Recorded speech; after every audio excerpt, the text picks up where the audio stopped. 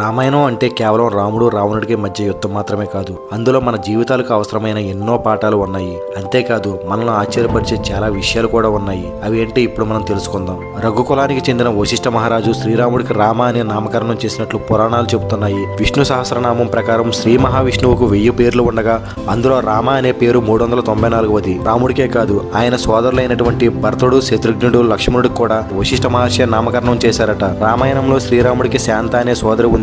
ఈమె దశరథుడికి కౌశలికి పుట్టిన సంతానం అని చెబుతారు. మిథిలా రాజ్యానికి రాజు జనకుడు. శ్రీరాముడికి జనకుడు కుమార్తె అయిన జానకితో వివాహం జరిగింది. జనకుడు తమ్ముడైన కుశధ్వజుడికి శృతకీర్తి, ఊర్మిళ, మాండవి అనే 3 కూతుళ్ళు ఉండగా లక్ష్మణుడితో ఊర్మిళకు, భరతుడికి మాండవితో, శత్రుఘ్నుడికి శృతకీర్తితో వివాహం జరిగింది. సముద్ర మార్గం గుండా లంకకి వెళ్లడానికి శ్రీరాముడు వానర సైన్యం రామసేతును నిర్మించారు. అయితే నలుడు, నీరుడు, హనుమంతుడు 10 మిలియన్ల వానర సైన్యంతో రామసేతుని కేవలం 5 రోజుల్లోనే నిర్మించారు. రామసేతు నిర్మించేటప్పుడు ఒక ఉడత కూడా సాయం చేయడంతో శ్రీరాముడు ఉడత సహాయాన్ని మెచ్చుకుని తన చేతితో ఉడత పైభాగాన్ని నిమరడంతో తెల్లని చారలు ఏర్పడ్డాయని, అందుకే ఉడతలకి చారలు ఉంటాయని చెబుతారు. సీతారాములు వనవాసానికి వెళ్ళినప్పుడు వారితో పాటుగా లక్ష్మణుడు కూడా వెళ్తాడు.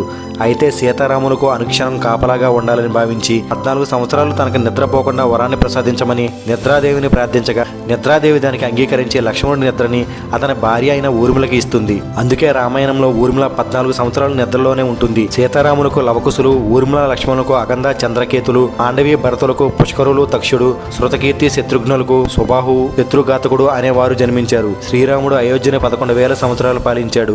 ఆ కాలాన్నే రామరాజ్యం అని పిలిచేవారు.